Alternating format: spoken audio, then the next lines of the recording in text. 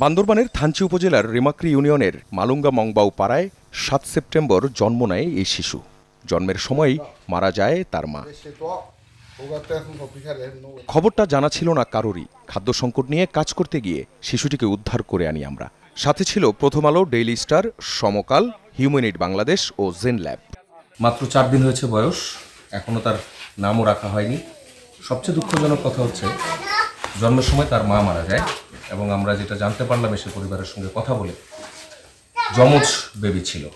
3.5 দিন ধরে এই বাচ্চাটি ওই অবস্থায় ছিল এবং তার নানি এবং তার খালা আছে এখানে আমরা দেখতে পাচ্ছি, তারা কোনোভাবে বাচ্চাটাকে বাঁচিয়ে রেখেছিল। ইউনিয়ন পরিষদ সদস্যের কাছে জানতে চাই ওই শিশুর বিষয়ে। ওই কষ্টের মাধ্যমে ওই বাচ্চা মারা গেছে। ওই বাচ্চার তারপরে ওই মরঙ্গমপাড়া পর্যন্ত পাঠাইতে নৌকাও ব্যবস্থা হইল না, ওদের কাছে টাকা পয়সাও নাই। 4 দিনই বাচ্চাটা কিভাবে বেঁচে থাকলো?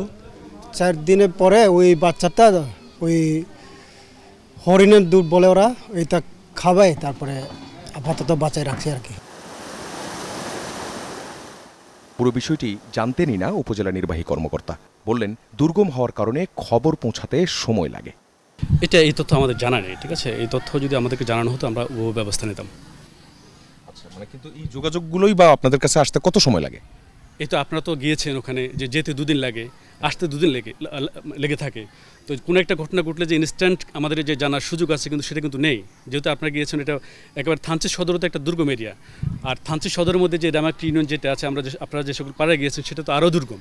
তো সেক্ষেত্রে আমাদের যে বিষয়টা আমরা যে সহজে যে যোগাযোগ করতে পারি বিষয়টা তা নয়। পরে বিষয়টি জানাই উপজেলার স্বাস্থ্য কমপ্লেক্সে।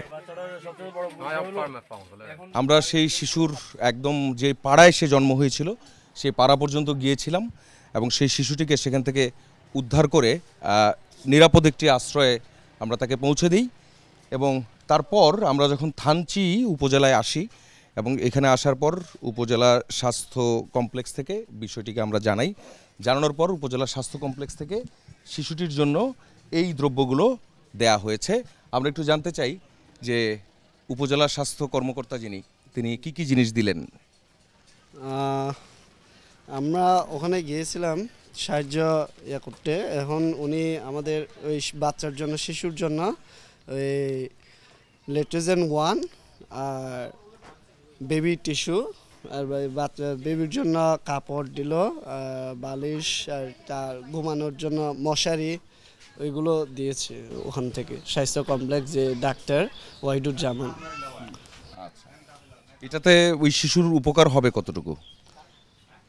এটাতে এখন যেহেতু ওর মা নেই, ওই যে দুধটা দিল লেট্রোজেন 1, ওইটাতে ওই বাচ্চার জন্য ওই মায়ের দুধটা যথেষ্ট, পুরাটা না হলেও 50% মনে হয় কাজ করবে। মানে অন্তত তারা জানতে তো পারলো, এবং এই জানার জন্য সময় লেগে গেছে 5 দিন।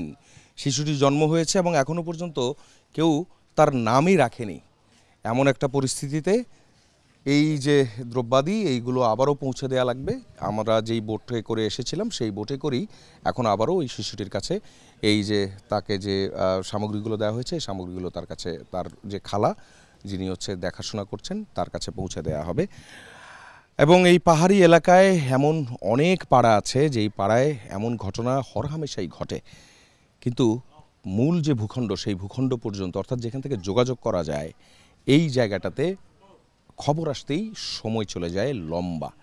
এবং যখন খবরটা আসে তখন সরকারের পক্ষ থেকে চেষ্টা করা হয়, কিন্তু ওই পর্যন্ত সরকারের কেউ যাবে এই ধরনের যে অভিজ্ঞতা সেটা কিন্তু নেই।